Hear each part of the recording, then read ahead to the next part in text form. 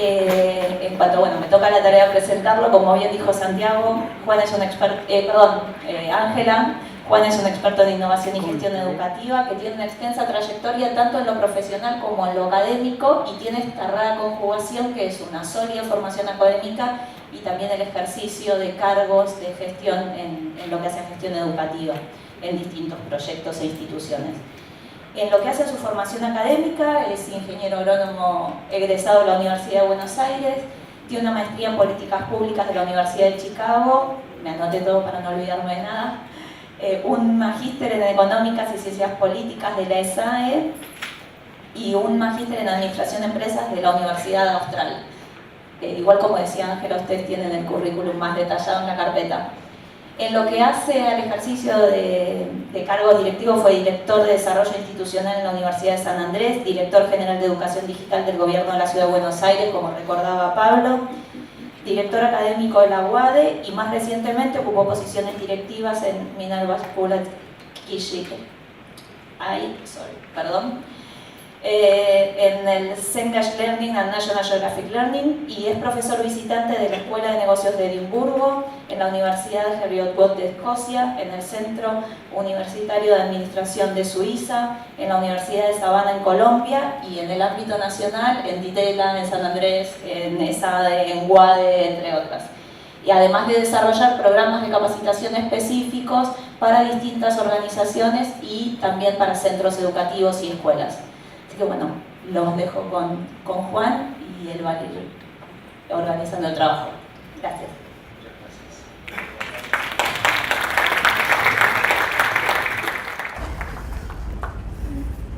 Buenos días. ¿Se escucha bien? Sonido. A ver el sonido. Un poquito más fuerte. El sonido. Entonces vamos doble. Bueno, buenos días. ¿Cómo están? ¿Bien? Bueno, muchas gracias por las presentaciones. Muchísimas gracias al INAP por haber organizado este evento y por haberme permitido compartir con ustedes algunas reflexiones. Gracias a ustedes por haberse tomado el tiempo. No sé qué tiene esta línea que está vacía. Los próximos que entren ahí, recuérdenme que vengan a esta primera fila. Hay algo en la psicología de la forma en la que se llenan las filas, primera, segunda y tercera. Les recomiendo un libro de Schilling muy interesante que escribe 50 páginas sobre la psicología de cómo la gente llega a un lugar donde hay sillas vacías y por qué elige cuál silla elige. Bien interesante, porque nos habla mucho de las microconductas individuales y de los macrocomportamientos. Muy interesante. Bueno, nota al pie. Bueno, la verdad, les agradezco. Ya vieron la presentación de cosas que hice, que tengo un perfil profesional raro. Yo siempre me presento como una falla del sistema. Yo no debería estar acá, yo debería estar en el campo cultivando soja transgénica, ¿no? Y en vez estoy acá. ¿Y por qué digo una falla del sistema? Porque tenemos un sistema educativo que forma de determinada manera, que no alienta determinada, hace cosas, pero no hace algunas cosas, pero no hace otras, un sistema universitario equivalente y una estructura de país que hizo que yo elija una carrera X, sin que mi familia tuviese campo, sin que nada. Yo obtuve el título de ingeniero agrónomo sin saber lo que era un guardaganado. Y llegaba al campo y los peones del campo me recibían y me decían, buenos días, ingeniero. Y me daba un poco vergüenza. Por adentro pensaba, si supiesen. Pero bueno, finalmente, como soy terco, taurino, y en algún momento dije, por acá no es, empecé a recorrer un proceso personal de búsqueda y de aproximación, estudiando, trabajando, enfrentando, parándome cuando las cosas no funcionaban bien, y finalmente llegué a desarrollar una práctica en la que me expreso, creo, con todo el potencial que yo tengo. Bueno o malo, lo que tengo, pero en donde me siento muy confortable. ¿Qué es esta? Es la tarea de estar acompañando a otros en el proceso de reflexión y de una reflexión conducida hacia una práctica. Y supongo que en parte por eso he experimentado en distintas organizaciones vinculadas a la educación y agencias del gobierno, y finalmente desde hace varios años trabajo en forma individual, que es en donde siento que mejor me potencio, ¿sí? En las universidades en donde trabajé me echaron a patadas porque intenté forzar transformación, y las universidades son estructuras conservadoras por definición, y costó el diálogo, costó mi vínculo con directivos, y finalmente me dijeron, ¿por qué no?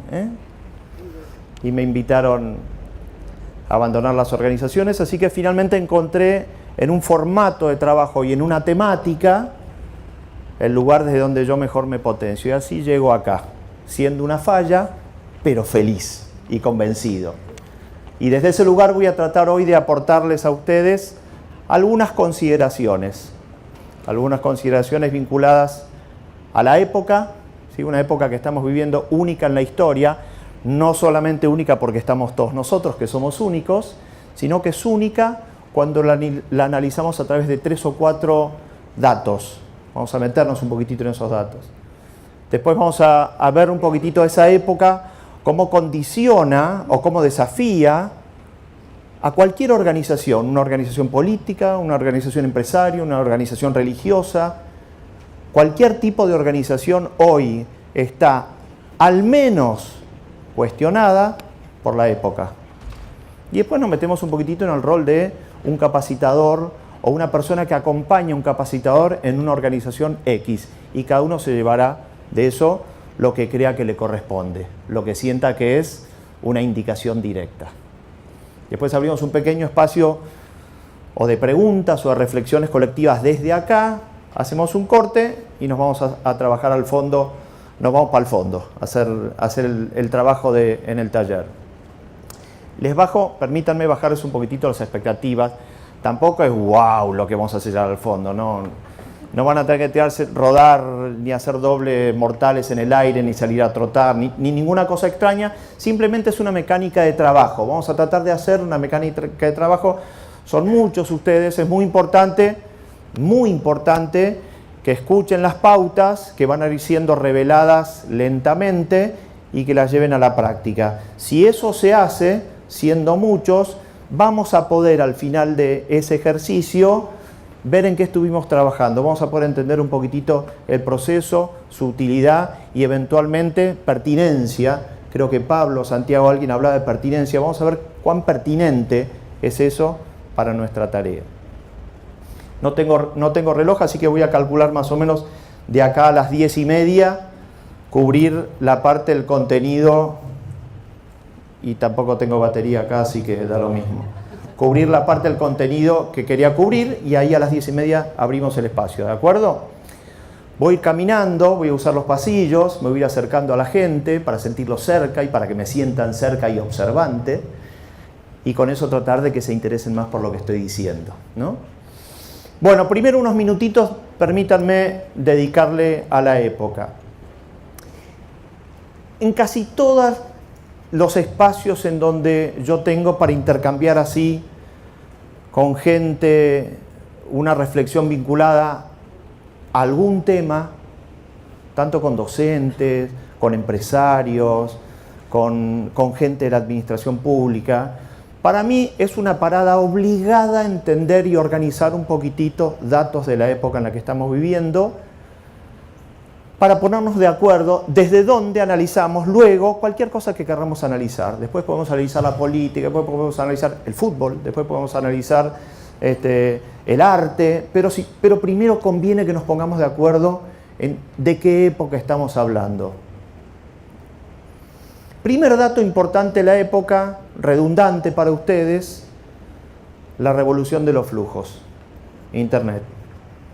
Año 91, 92, 1991, 1992, en algún momento se crea un protocolo tecnológico que permite que diálogos cerrados y diálogos muy observados y muy regulados, que eran todas las redes de intranets, se pongan en contacto unas con otras.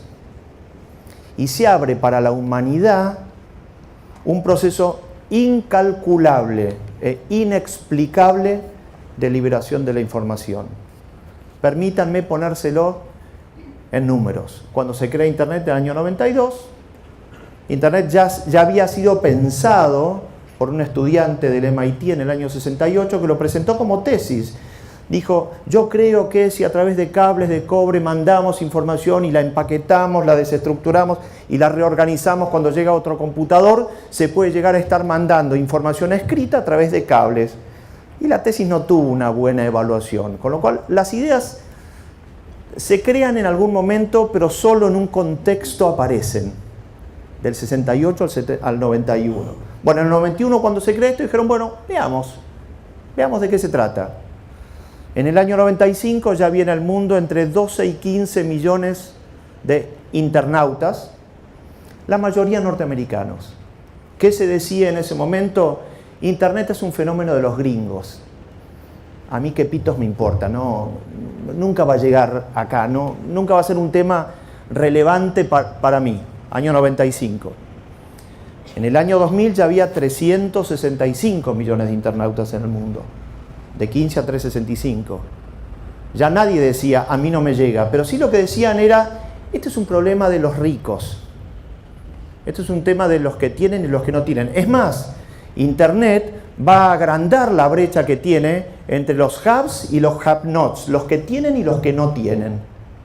Y esto lo decía todo el mundo fin del siglo pasado. En el año 2000 le preguntaban al Premio Nobel de la Paz sobre este tema y decía esto. No es que lo decía la gente de educación o la gente de tecnología, era el consenso. 365 millones de internautas. Hoy, 4.200 millones. Ya nadie discute que Internet finalmente termina siendo algo totalmente democratizado y democratizante. Nadie lo discute hoy. Pero en el proceso, pocos pudieron anticipar su magnitud y su impacto. Si solamente nos quedásemos con este dato, ya tendríamos que acordar que existe una vida pre-Internet y una vida post-Internet, porque la organización de nuestra sociedad, en términos de formatos institucionales, es pre-Internet. El diseño de las organizaciones, el diseño de las escuelas, el diseño de las cátedras en las universidades son pre-Internet, son de cuando la información era un recurso escaso y estaba alojada en bibliotecas, en libros, en saberes de personas y no había ningún otro repositorio y el acceso hacia un libro, una biblioteca, un libro físico, una biblioteca o un profesional del saber, llámese científico, catedrático, intelectual o como se llame, el proceso de llegar hacia ese saber era costoso, era operativamente complejo. Uno tenía que montar una institución, esa institución tenía que ser administrada, uno tenía que trasladarse físicamente hasta un lugar y uno tenía que ponerse en situación de transmisión de saber, porque si no, no ocurría. Las organizaciones, la iglesia, el Estado, la ciencia, todo estaba organizado en un entorno de información escasa. Y de pronto, la era del flujo. El flujo de información empezó a aparecer por todos lados. Démosle la relevancia que tiene este tema en nuestro trabajo y en nuestra vida hoy, porque lo sigue teniendo. Obviamente, en una Internet de 4.200 millones de internautas, las oportunidades y los problemas son otros, porque la estructura del mundo que participa es otra.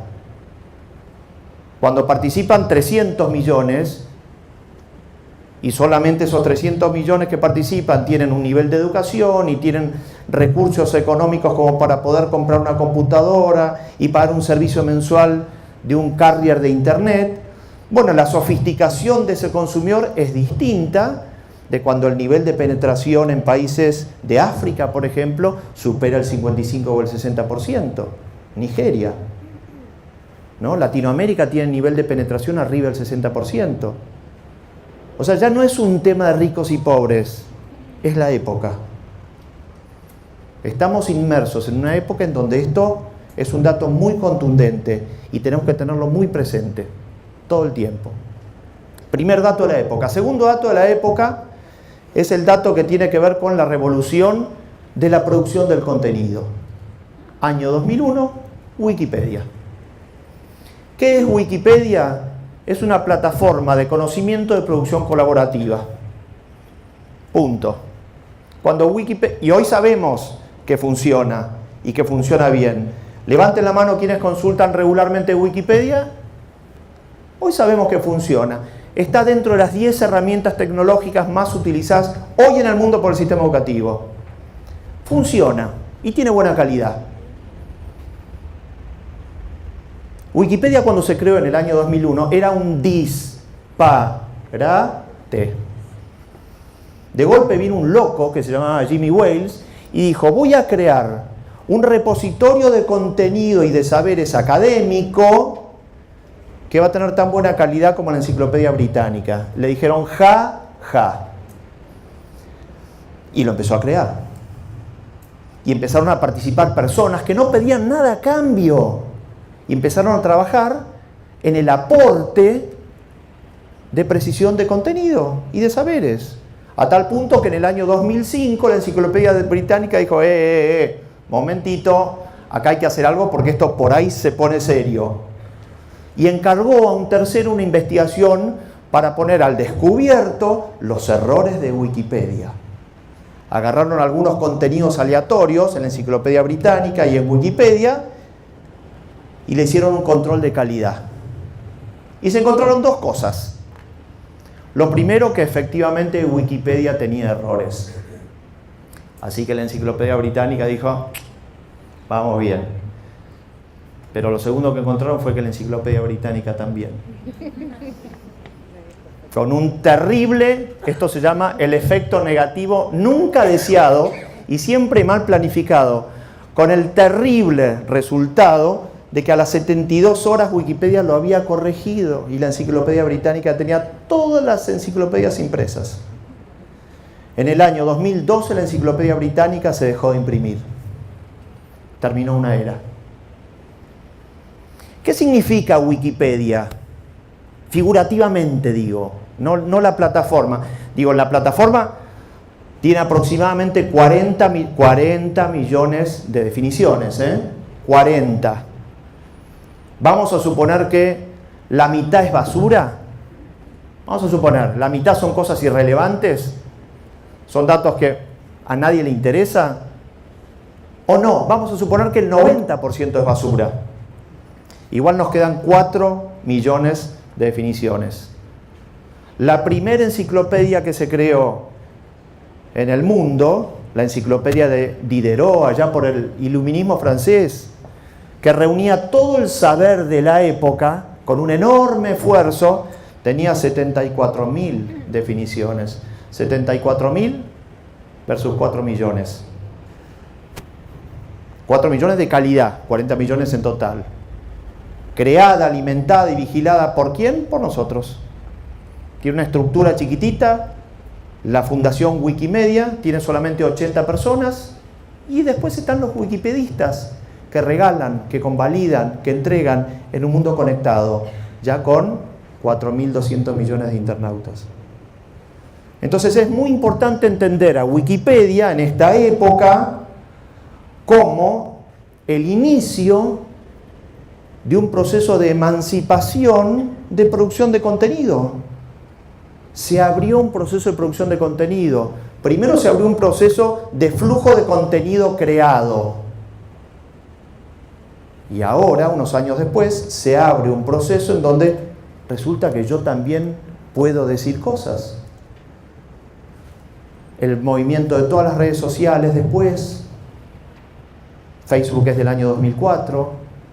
El movimiento de bloggers, 2005, 2006, explotan los bloggers en el mundo. Todo el movimiento llamado 2.0. ¿Qué es movimiento 2.0? Ida y vuelta. El concepto de los prosumidores, una persona que consume pero produce al mismo tiempo. Wikipedia abre un proceso masivo y no controlado de producción. De golpe tenemos cosas que decir. Cuando uno se enoja con los youtubers son una especie de parte visible de ese proceso en donde las personas tienen cosas para decir, y en la medida en que del otro lado alguien se interese seguirán diciéndolas. Es el segundo dato que tiene esta época, la revolución de la producción. Y el tercer dato, muy importante también, año 2007, después pegale un codazo, año 2007, que se vende el primer iPhone al mercado. Y esto es yo le estoy haciendo publicidad a Apple, no la necesita. ¿Qué significó la venta del primer smartphone al mercado? Finalmente es una revolución del espacio.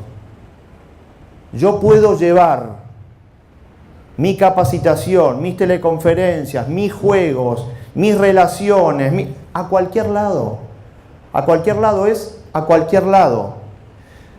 Y ustedes no me pueden decir que no es un proceso democratizante también, porque en el año 2016, o sea, tan solo 9 años después de que se lance al mercado el primer iPhone, se vendieron en el mundo 48 smartphones por segundo. Eso quiere decir que cada chico que nació en el año 2016 nació junto con 20 smartphones de última tecnología. Entonces, cuando hablamos del nativo digital o los posteriores o del mundo tecnificado, estamos hablando de ese mundo que no podemos obviarlo, porque es un mundo que se metió en toda nuestra organización como sociedad. Y no podemos no podemos aceptar que alguien argumente que es solamente un tema de consumo. Consumo o no consumo un celular. No es un tema de consumo. Estas 3 revoluciones han sido totalmente disruptivas para el orden del mundo. Y por eso está cuestionada la política, por eso está cuestionado el empresariado, por eso está cuestionada la religión, por eso está cuestionado el Estado-Nación como concepto. Está todo cuestionado, porque todo es estas 3 revoluciones. Entonces, la época que nos toca vivir es una época totalmente atravesada por fenómenos muy recientes, muy convergentes, que tienen un enorme impacto en nosotros como seres sociales y nosotros como productores de algo, ¿no? Trabajemos en la industria que trabajemos. Nos llevan indudablemente, estas 3 revoluciones nos presentan un mundo que tiene mucho más empoderamiento, la gente tiene más poder. Yo me siento con más poder en este contexto de lo que hubiese sido en un mundo pre-91. Yo puedo decir una cantidad de cosas y eventualmente tengo la capacidad de que repercutan como no hubiese tenido nunca. La semana pasada organicé un congreso, junté a 250 personas, a 20 panelistas, y logré que sea tendencia en Twitter. Jamás hubiese podido hacer eso yo en un mundo menos conectado, menos tecnificado y menos enlazado. Yo siento que tengo más poder. Después hay que ver si lo uso responsablemente, ¿no? Pero en el mundo, vos, todos tenemos más poder. Es un entorno en donde estamos más empoderados, donde tenemos más libertad. No hay dudas que tenemos más libertad de decir, de expresarnos, eventualmente de producir lo que querramos. Podemos producir una conversación, podemos producir un video, podemos producir un escrito. Es un mundo más libre, con más libertad. Es un mundo indudablemente con más caos. ¿Sí? Porque ¿quién es hoy un reservorio de autoridad en este mundo en donde todo está cuestionado? No lo sé. En las elecciones en Chile el año pasado, la juventud se manifestó en esas elecciones solo en un 20%. Solo votaron el 20% de los jóvenes en esas elecciones. Entonces yo me pregunto, y no tengo la respuesta, me pregunto, para los jóvenes, ¿quién es un reservorio de autoridad hoy? ¿Un posible presidente? ¿Un artista? ¿Un youtuber? ¿Un funcionario público? ¿Un profesor? ¿Un filósofo? No lo sé. Pero tenemos que cuestionarnos eso. Es un mundo con más caos, eventualmente creativo. Lo que seguro es que es un mundo con más caos, más desorden. Y finalmente es un mundo... Ya no sé qué decirlo porque en realidad la cita no es mía, tengo que aclararlo. Es un mundo con más ratas y cucarachas. Hay un evolucionista norteamericano muy interesante, un evolucionista neurocognitivo, Daniel Dennett, que le hicieron una entrevista en un diario acá hace 3 años, y él decía que nosotros hoy tenemos formatos institucionales que conviven con nosotros sin hacernos ningún bien. Y que esos acuerdos institucionales finalmente han terminado especializándose en reproducir copias de sí mismo, escindidos de la época y escindidos de serle útil al hombre. Y termina diciendo, como las ratas y las cucarachas, conviven con el hombre pero no lo sirven. Entonces yo digo que es un mundo con muchas ratas y cucarachas, como dice Dennett, no como digo yo. Es un mundo en donde coexistimos con muchas organizaciones, con programas, con conversaciones que ya no nos benefician, porque no capturan esta época, porque están muy alejados de esto que le ocurrió al mundo en los últimos 25 años. Y cuanto menos cuenta tomemos de eso, más ratas habrá. Por más que cuando uno mencione rata o cucaracha tenga, ¿no? Produce como una fea sensación, un feo sentimiento. Uno no logra empatía hablando de ello. Pero bueno, hoy nos encontramos en esta época con un mundo de criptomonedas. ¿Qué querrá decir? El Bitcoin por ahí puede llegar a valer $100.000. ¿Y? Bueno, no sé qué quiere decir. Lo que sí sé es que hace 1 año y medio tomaron presos a Jack Sparrow y a Rayo McQueen y de rescate pidieron criptomonedas, bitcoins. No les estoy diciendo una película, esto pasó en serio. Y hubo mucha gente que se hizo muy rica porque pudo craquear el sistema de los estrenos que iba a hacer la película Disney y Pixar. Se hizo de esa filmación y pidió el rescate en criptomonedas. Y se los pagaron. Esto no es ciencia ficción, esto hoy ocurre. ¿Y qué pasaría si dentro de 15 años los gobiernos abandonan el patrón emisión monetaria y encuentran algún tipo de sistema mixto de reservorio de valor para apuntalarse a través de protocolos bitcoins o protocolos de criptomonedas? No lo sé, pero por lo menos hay que leer los protocolos para saber de qué se trata. Hay que entender esa conversación. El país Estonia hoy permite tener ciudadanos digitales. ¿Qué quiere decir? No lo sé. Hay que averiguarlo. Porque por ahí siendo ciudadano de Estonia, ¿cómo se llaman? ¿Estones? Por ahí siendo un estón, uno puede trabajar desde acá y tener beneficios impositivos dando servicios allá virtualmente. No tengo ni idea. Lo que no podemos es no interesarnos por estos temas, porque son de la actualidad, nos alcanzan. Estos temas nos alcanzan. Vivimos en este momento, a juicio mío, la década del significado. Después de la revolución del año 2010, de la primavera árabe, vivimos la época del significado. Estamos todos tratando, individualmente y colectivamente, tratando de encontrarle significado a nuestras organizaciones, a nuestras prácticas, a nuestros mensajes. Todos. Podría contarles 1000 ejemplos del sistema educativo, a nivel escuela, a nivel universidad. ¿Cuál es el significado de un título hoy? No lo sé. ¿Cuál es el significado de la experiencia que hoy tiene alguien? No lo sé, porque lo que leyeron que yo hice antes da lo mismo si cuando yo llego acá no logro capturar la atención. Da lo mismo. Porque ustedes se van convirtiendo en juiciosos ciudadanos del siglo XXI, en donde si no les capturo la atención, en 10 minutos se fueron. Se duermen, bajan al teléfono, escriben lo que tienen que hacer hoy a la tarde, empiezan a pensar en el café de las 11. Entonces da lo mismo de dónde vengo yo. Entonces, el título pasa a ser un proxy de saber tremendamente imperfecto en un mundo de información abundante. Tremendamente imperfecto.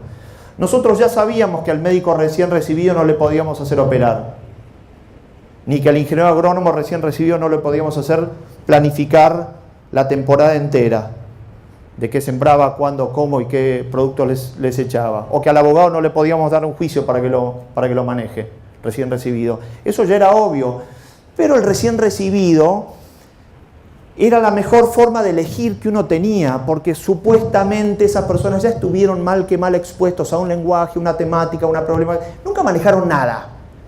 Y en el fondo no tienen ni idea lo que es la vida de un profesional de esa disciplina. No importa, pero conoce la terminología, ya tuvo como una sensibilización, con lo cual probablemente sea mejor ese que los otros, que no la tuvieron la sensibilización.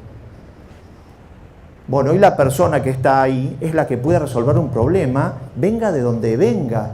El wikipedista, ¿alguien le pregunta cuántos años tiene y de qué se recibió? No.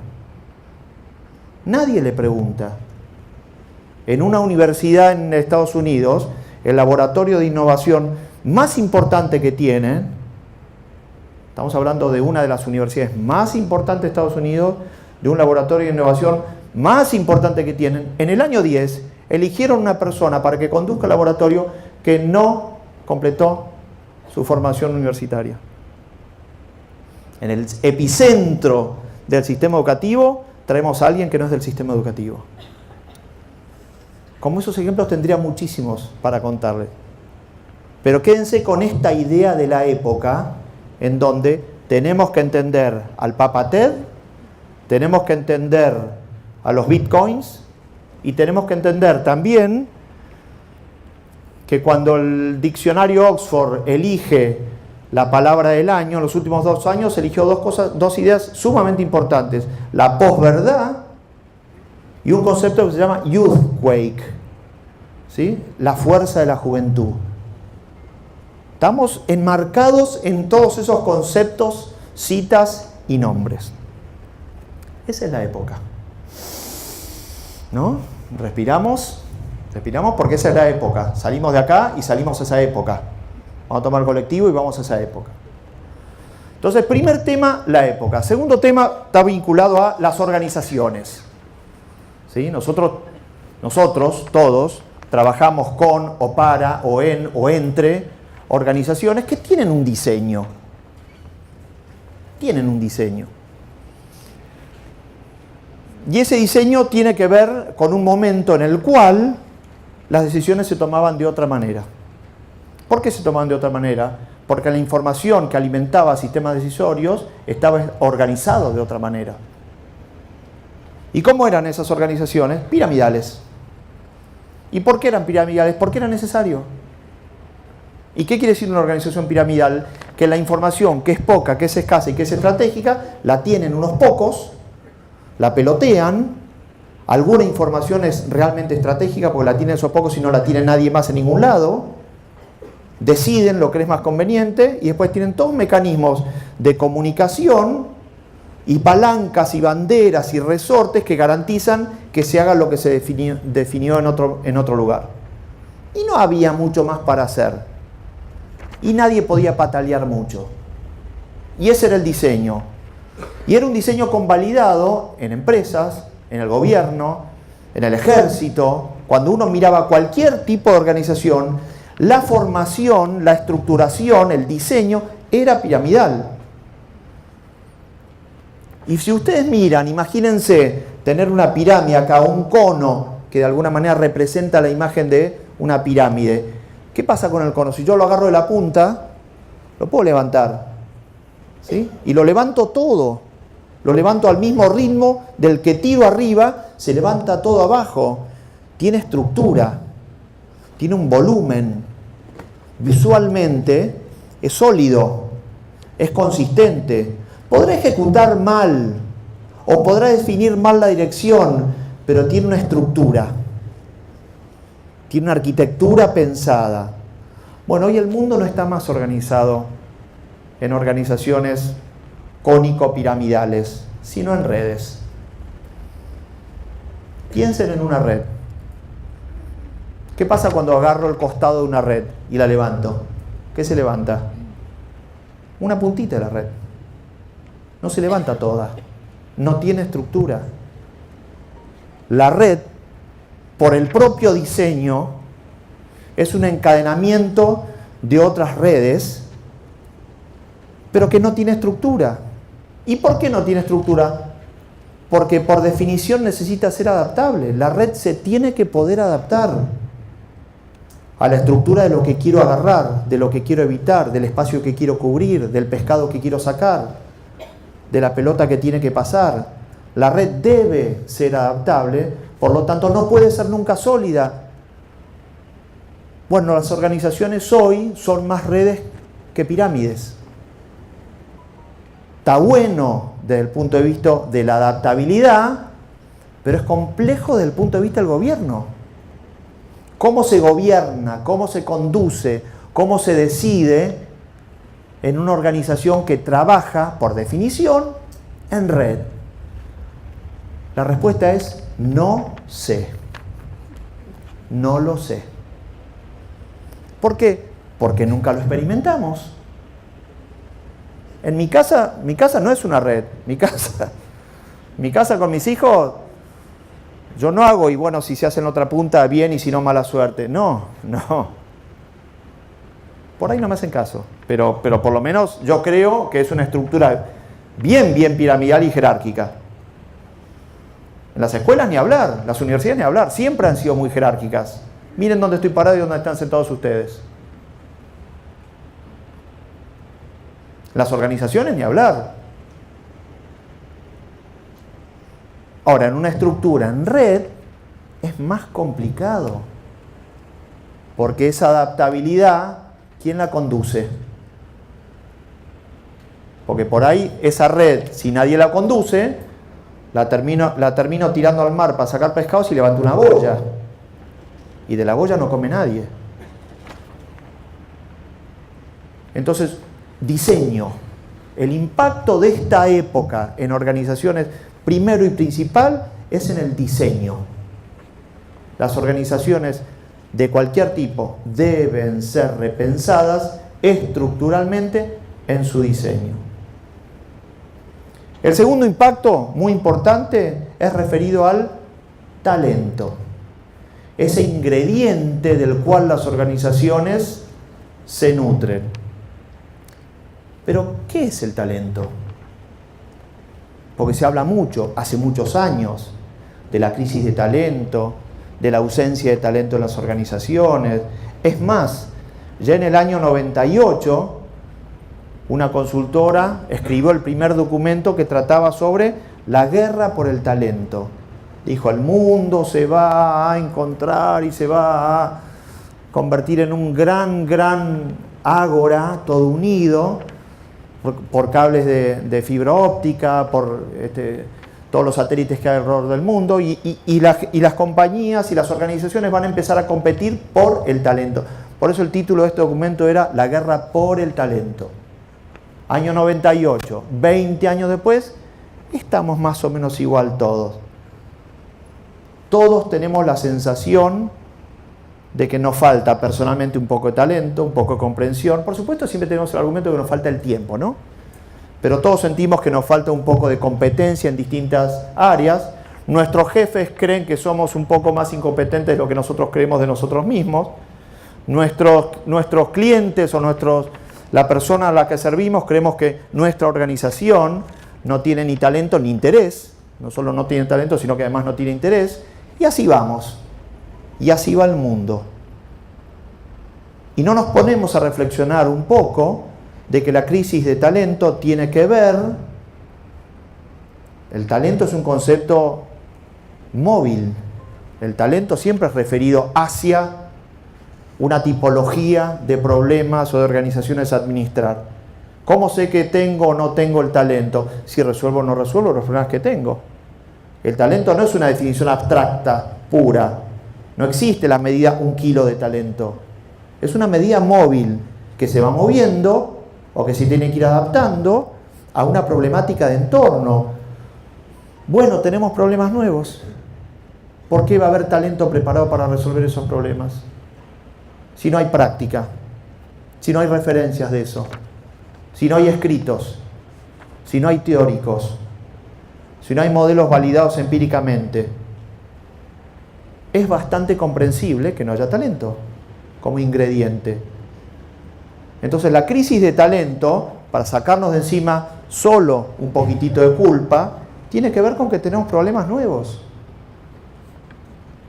Y los problemas nuevos ameritan inclusive que redefinamos a qué le llamamos talento, para ver si todos estamos hablando de lo mismo. ¿A qué le llamamos talento?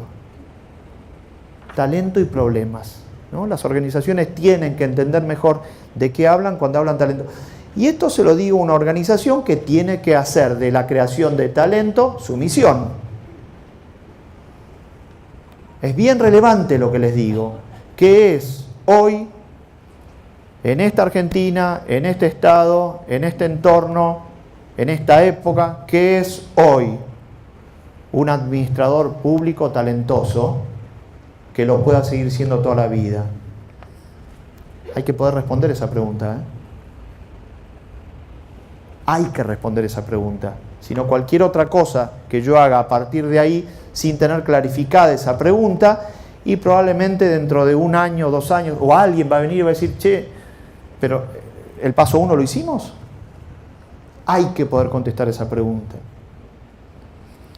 Hay organizaciones inclusive que se han unido y han unido al sector público, a proveedores de tecnología, a empresas que generan mecánicas y dinámicas para la escuela, y se han embarcado en una conversación consorciada para tratar de definir qué es talento. Hay una organización que se llama P21, que lo hace desde el año 2001. Le llevó 10 años definir cuáles eran, de acuerdo a ese consorcio de más de 35 organizaciones, 10 años definir cuáles son los ingredientes del talento necesarios que deben estar presentes en un diseño curricular escolar. 10 años preguntando, dialogando, escribiendo, sintetizando, integrando, compartiendo, abriéndose a las críticas, tomando esas críticas y ese feedback para reelaborar. 10 años. Ahora, cuando se pusieron de acuerdo, bueno, listo, dale, a reformar. Ahora a hacer. Ahora es un tema de ejecución. Se puede hacer, pero hay que definirlo. Así que primer tema, diseño. Segundo tema, talento y problemas. Y el tercer tema tiene que ver con la tecnología. Nuestras organizaciones hoy están atravesadas por la tecnología. Y cualquiera me puede decir, bueno, pero las organizaciones son una tecnología. Cuando uno va y habla de estos temas frente a directivos escolares, te dicen, no, pero la escuela es una tecnología en sí misma. Sí, ya lo sé, no es esa la discusión. Estoy hablando de estas tecnologías, las que nos alteraron el flujo de la información, las que nos alteran los procesos decisorios, las que hacen eventualmente que yo mientras estoy hablando puede haber alguien filmándome y esto está saliendo en vivo y lo está siguiendo alguien en Bolivia. De eso estoy hablando. Por eso las organizaciones hoy deben, casi como política, definir ser intensivas en uso de tecnología, porque si no, no entendimos la época. Deben serlo. ¿Por qué? Porque la tecnología me pone en diálogo, la tecnología me transparenta, la tecnología me hace público, con todo lo riesgoso que eso es. La tecnología me muestra. Y la tecnología alimenta un proceso de información. Por eso hay autores que permanentemente hablan de cuán democratizante ha sido la tecnología para transparentar prácticas. Las cosas se ven. La intimidad perdió un poco de territorio, ¿no? Perdió un poco de territorio. Lo cual, bueno, no está bueno, pero está bueno porque uno ve las cosas como digo yo, ver los rollos y los granos, ¿no? Y se corre un poquitito del show de la puesta en escena, del montaje. Entiende mejor las organizaciones y a las personas en su verdadera dimensión, porque los ve, porque los puede leer, porque puede saber el vocabulario que usan, porque puede saber en qué conversaciones participan.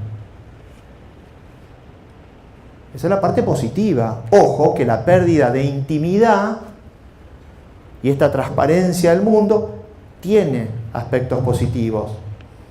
Y tiene aspectos positivos si aceptamos que no tenemos problemas en que se nos observe. No en el cuarto de mi casa, pero que se observe mi práctica todo el tiempo. Entonces la tecnología y su vínculo con la información replantean la forma en la que está estructurada una organización y replantean la forma en la que una organización hoy decide. ¿Tiempo? ¿Qué hora tenemos? Y cuarto, perfecto. Así que para las organizaciones, este es un mundo con muchísima más conversación. Es un mundo que tiene mucha más democracia. Es un mundo más democrático, más de expresión de voces. Es un mundo más transparente. Y agrego yo, enhorabuena. Personalmente me encanta. Todo esto nos lleva al último punto, que es el punto de la capacitación. ¿Qué es finalmente la capacitación? ¿Cuál es el rol que tiene una estrategia de capacitación en una organización desafiada, como se los mencioné recién, en un entorno con las características que les dije previamente? ¿Cuál es el rol? Difícil, ¿no? Difícil porque el capacitador de hoy es bien distinto a como debe ser bien distinto a como fue en el pasado. Una persona que se paraba, agarraba su lección, la contaba, entienden, una pequeña conversación, algunas estrategias validatorias de contenido y listo. Venía la semana siguiente y repetía. Venía la semana siguiente y repetía. En unas organizaciones, cuando yo entré a trabajar, una organización de capacitación en una de estas universidades, no hace mucho, terminaba la clase y yo le decía a la profesora, entregales el material. No, decía. Si se lo entrego, ¿qué enseño en la clase que viene, la materia que viene? Otra cosa, mujer, le decía, que si lo único que puedes enseñar es lo que dice el material, deja. Y de golpe nos encontramos con que hay una cantidad de personas que regalan el material y lo ponen en YouTube y lo ponen en plataformas y en repositorios de contenido. Y que mi colega, la profesora, se tuvo que reinventar. Entonces guarda con el rol del capacitador hoy, que no es una persona que va y repite. O si lo único que hace es ir y repetir, que lo grabe una vez y que lo regale y ya, que haga otra cosa. Porque ese contenido hoy puede estar disponible. Porque hoy la gente estudia yendo a ese contenido. Mi hijo de 13 años vino un día y me dijo, voy a aprender dibujo. Ok, le dije. A los 2 meses dibujaba y dibujaba ojos. No sé por qué se le agarró con el dibujo de ojos. Y veía tutoriales de YouTube y los miraba y dibujaba y los miraba y dibujaba. En 2 meses me mostraba unos dibujos que eran impresionantes. A los 6 meses viene y me dice, voy a aprender guitarra. Ok, le dije yo, ¿por dónde vas a empezar? Led Zeppelin. Pensé que ibas a empezar por una samba, le digo, algo así más, ¿no? Con un ritmo, como con una cadencia, algo más tranquilo, para que entiendan. No, Led Zeppelin. Se aprendió 2 canciones, las tocó 18 veces, en forma experta, y dejó la guitarra. Y hace un mes vino y me dijo, te voy a hacer un truco que aprendí en YouTube. Está ahora con el truco con las cartas. Entonces la pregunta es, hoy, en este contexto, ¿qué es un capacitador? Mientras me acuerdo de mi hijo, me acuerdo de esa profesora que me dijo, no, esto no se comparte. Bueno, lo lamento por vos. Hoy, un capacitador no es un enseñador, es un modelo de aprendiz. Hoy un capacitador es un modelo de aprendiz. Y si no lo es, no va a animar nunca un espacio de aprendizaje colectivo, que es la tarea que tiene un capacitador. No transmitirles un saber, sino invitarlos a una aventura. Compartirles el entusiasmo por la conceptualización. La semana pasada en un evento que organicé, pude conversar con el filósofo Tomás Abraham, una persona maravillosa, y en algún momento él me dice, es que estudiar es una fiesta. Me encantó la frase. ¿Qué es un capacitador? El que crea fiestas. No es una persona que abre un PowerPoint y porque abre un PowerPoint cree que está tecnificado. Yo me enojo cada vez que me piden un PowerPoint. Por eso, como verán, no PowerPoint. Y creo que es una buena herramienta, pero ya. Yo ya no la uso más. Me parece que hay otras herramientas más interesantes hoy para lograr esto. Atención, interés, reflexión. Y prefiero trabajar sobre esas que sobre el PowerPoint. Es más rico. Entonces, ¿qué es un capacitador hoy? Un modelo de aprendiz. Tenemos que pensar que en este mundo, si el aprendizaje no toma cuerpo en nosotros, ¿por qué otros se entusiasmarían? Yo me pregunto, ¿por qué otros se entusiasmarían? Es poco probable. Y es un desafío hacer eso, porque es desorganizar un poco el proceso propio y es lanzarse a la aventura de experimentar. El taller que vamos a hacer después, ¿cuándo lo diseñé? Ayer a las 5 de la tarde. Y a medida que me iba acercando, iba pensando, dije, esto puede funcionar. Por ahí no funciona, por ahí sí. Y si funciona, creamos algo juntos. A mí me entusiasma esto. Miren si viniese a repetir el taller número 47 que ya hice 46 veces. Me mato. Pero en serio se los digo. Me mato. Bueno, esa oportunidad de trascender a partir del aprendizaje propio y de invitar a otros a hacerlo colectivamente, eso es lo que debería hacer un capacitador en este entorno. Lo primero entonces es enseñar más que aprender y ser ejemplo, vivir en plena transformación. Lo segundo, rol del capacitador, concebir la aptitud o la pericia o el saber, concebirla 360, concebirla en forma más holística a partir de una persona. No es que te enseño contabilidad, diste bien el examen o no lo diste bien, sabés o no sabés. No, las personas son más que eso. Y si tuviésemos más tiempo lo desarrollaría. Las personas son una historia, son una querencia, son un apetito, son un conjunto de estados de ánimo. Y en donde yo entienda mejor esa complejidad, la invitación al aprendizaje colectivo opera mejor. Opera mejor. Por eso es tan importante en el acto de ser capacitador o de crear espacio de capacitación, generar intimidad. Yo acá les he ido regalando intimidad mía, de mis hijos, de mis miedos, de cuando me despidieron. No es que lo hago sin querer, les estoy ofreciendo intimidad. Y esa intimidad ustedes me la están respondiendo con atención. Y creamos un espacio distinto. Pero cuanto más me entiendan, más se prestan. Cuanto más se abran ustedes, mejor se conectan. Aptitud 360. La aptitud no es un saber en particular, es una comprensión integral, holística, de quién tengo enfrente. Lo segundo, ¿no? Y lo tercero, el tema de específicamente las destrezas transversales, las competencias del siglo XXI, las soft skills, las competencias blandas. ¿Qué coño son? Ni idea.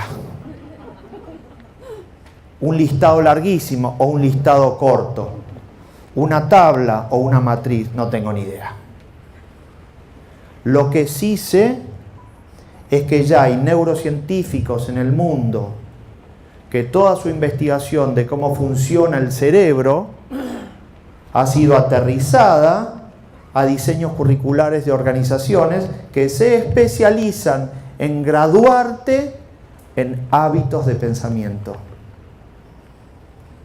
Las competencias transversales deben ayudarnos a desarrollar hábitos de pensamiento por un mundo complejo y dinámico.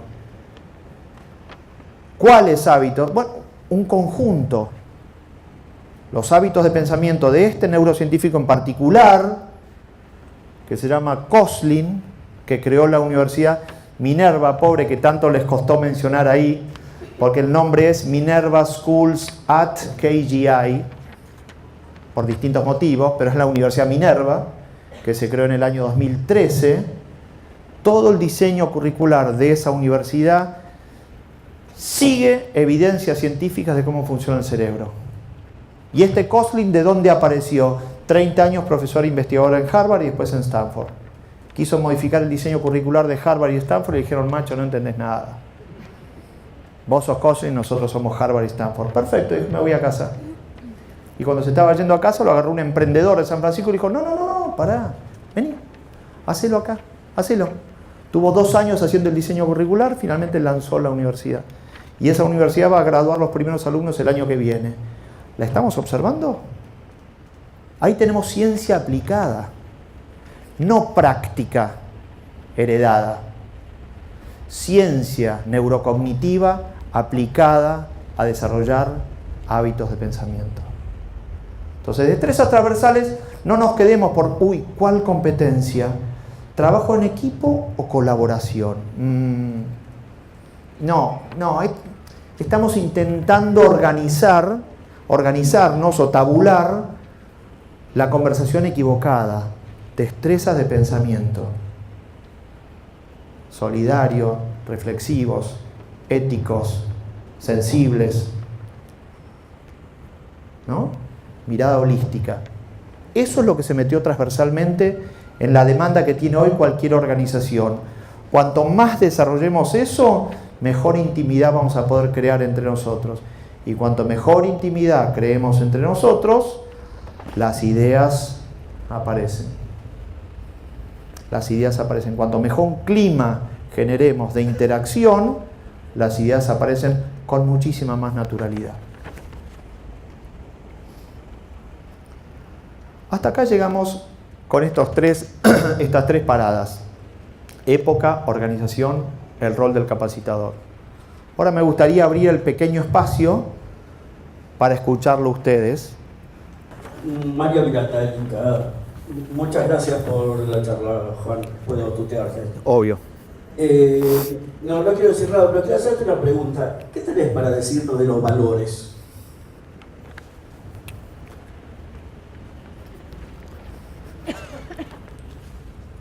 Maravillosa pregunta, muchísimas gracias. No por ser autorreferencial, yo escribí uno de los libros que escribí, se llama Yo qué sé, el libro lo presentamos en el Congreso, por supuesto es un libro de educación, así que no lo compra nadie y lo leen menos, aunque se los regale. Pero es un libro en donde trabajo el tema de los valores y las virtudes. Sí, está en internet, sí, claro. Imagínense, ya está, uno escribe, dijo, este libro cómo se va a vender, ¿no?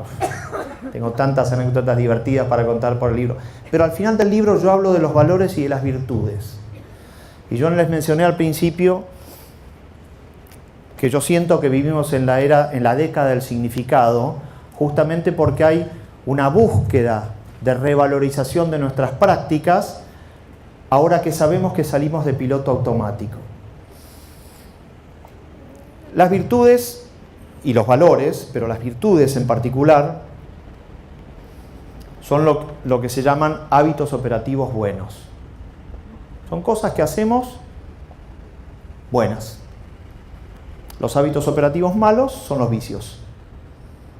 Son cosas que hacemos regularmente y que no nos hacen bien.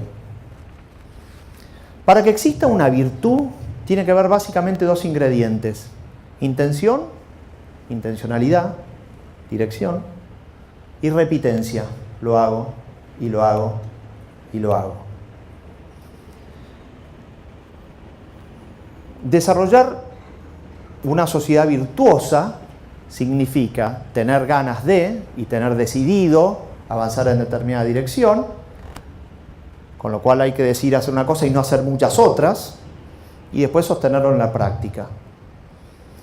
Eso desarrolla una matriz virtuosa, desde donde alentar o proteger ciertas valoraciones es mucho más sencillo.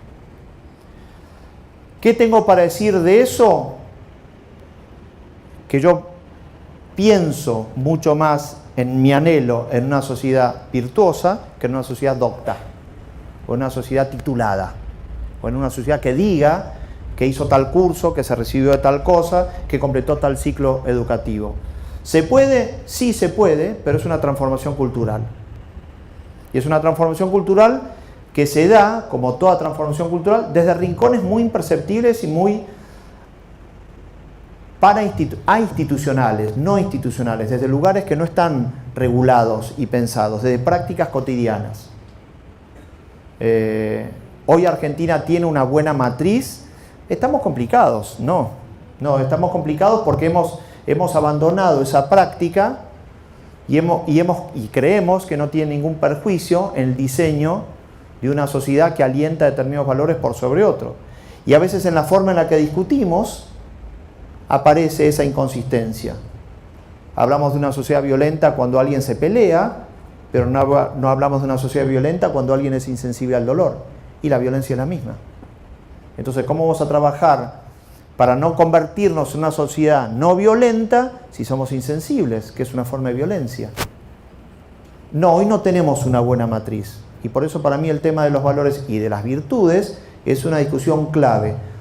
La pregunta es cómo se diseñan desde un portafolio de actividades en una organización. No lo sé. La respuesta es no lo sé. Bueno, lo mío es sintético y para colaborar. Mi nombre es Fabiola Rodríguez y soy de INAP. En época de sentido, en época donde todo tiene significado y todo tendría que tener un sentido y ordenado sacia, ¿cuál consideras vos que es para todos nosotros la misión del trabajador del Estado, del servidor público, del burócrata? Hoy, ¿cómo podemos transformar? ¿Cuál es nuestro sentido? ¿Vos pretendés que te conteste en síntesis en un minuto? ¿Cuál es el sentido del trabajo? Yo creo que cualquier trabajo en el INAP, en una empresa, en una campaña, en cualquier lado, no solo en el INAP. Por eso, pero digo, no solamente en el Estado, en cualquier lado. La tarea que le toca hacer a esa persona es justificar que ese trabajo genera valor. Justificar que ese trabajo le hace bien a personas y no solo al que ocupa el lugar en ese trabajo. Y esto le va al que trabaja en el Estado como al que engorda una compañía. Como el que engorda el profesor investigador en la universidad que no investiga nada. Pero que igual hay una parte de la matrícula que se la cobra el estudiante. Entonces esto, y digo, esto no es una interpelación al trabajador del Estado. ¿Se entiende lo que digo? Esto es una interpelación a la forma de organizarnos para crear valor y crear una comunidad armoniosa. La organización, hay un documento, un paper escrito por un premio Nobel en el año 37, Ronald Coase, que habla de la naturaleza de la organización. ¿Por qué las organizaciones se crean? Y el Estado es una organización. Se crean porque generan economía transaccional, juntan información, contratan gente que sabe hacer cosas y ofrecen servicios, productos o servicios. ¿Qué ofrece el Estado? Servicios. Servicio público, servicio escolar, servicio social, servicio de seguridad. Como las compañías generan su otro propio servicio, se financia distinto, pero es una organización que se reúne y que economiza la provisión de servicios. Pero este documento es del año 37. Hoy el mundo es distinto. Entonces, ¿cuál es la mejor organización que me ubica a mí, persona, como integrante de una cadena de redistribución de servicios en donde tenga sentido que lo haga? Y no tengo la respuesta, porque por ahí vos haces un trabajo extraordinario en INAP. Yo no lo puedo saber, pero vos tenés que estar segura que lo haces. Vos tenés que estar convencida que lo haces. Y que eso es relevante, y que eso tiene impacto, y que eso llega. Y que no quede en una conversación en donde todos estamos contentos porque hacemos mucho, pero eso no le importa a nadie o no le llega a nadie. Digo, el mundo desde no voy a decir desde el 2001, pero el mundo, hoy es más fácil proveerse de servicios sin intermediación. No sé si necesito una compañía en el medio si yo quiero eventualmente ser traductor. Yo voy y ofrezco mis servicios en plataformas que hay virtuales y le ofrezco la traducción al que sea y me pagan vía PayPal y listo, no necesito una organización ahí en el medio. Literalmente no la necesito. Hay una cantidad de empleos, de trabajos, de eslabones intermediarios en cadena de distribución de bienes y servicios que ya no tienen sentido, en este entorno no tienen sentido. Entonces la pregunta que me hago es, ¿por qué mi trabajo no va a estar cuestionado de la misma manera que están otros? Yo me hago esa pregunta. Yo me la hago. Y no veo por qué no nos la debemos hacer todos. ¿Por qué alguien va a pagar hoy por hacer lo que yo hago? Si se puede hacer mejor, o distinto, o más económico, o más fácil, o de mejor calidad, o lo puede hacer un profesor español. Yo hace 8 años doy clases virtuales para una universidad suiza para alumnos de Centroamérica. ¿A quién le saco el trabajo? No tengo ni idea. Pero en serio le digo, no tengo ni idea. Porque por ahí hay profesores ingleses que hablan español perfecto, que son contratados por universidades americanas y le dan clases a argentinos. ¿Qué sé yo? No lo sé. No lo sé. Ese es el mundo en el que vivimos hoy. Entonces tengo que estar seguro que lo que hago crea valor. Crea valor para la sociedad. Porque si no, por ahí no hoy, por ahí no mañana, en algún momento alguien va a decir, che, ¿y ese? ¿Y ese? ¿Y ese? ¿Y ese? ¿Qué hacen? Bueno, no, mueven las carpetas de acá para allá o escriben cosas, pero las carpetas, los escritos, ¿no se puede hacer de otra manera? ¿Qué enseñan? ¿Matemáticas? ¿Sabes qué? Trae el link de Julio Profe, que aprendan de Julio Profe. Listo, chao. En serio se los digo. No es que esté tomando yo la decisión de hacerlo, les va a pasar.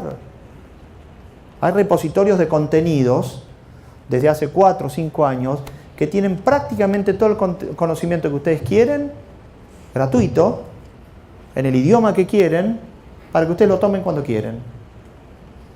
Hace 4 o 5 años empezó el movimiento de las MOOCs.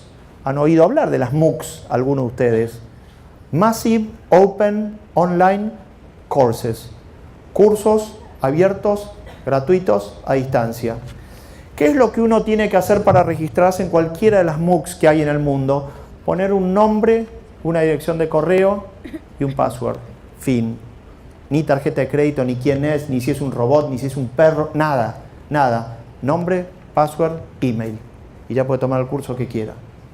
Entonces lo que yo me pregunto es, ¿por qué alguien va a sentir que en el INAP recibe cosas que no recibe poniendo email, password y un nombre? Y la respuesta no la tengo yo, la tienen que dar ustedes. Alguien tiene que sentir que cuando va a esas clases recibe lo que no recibe en ningún lado.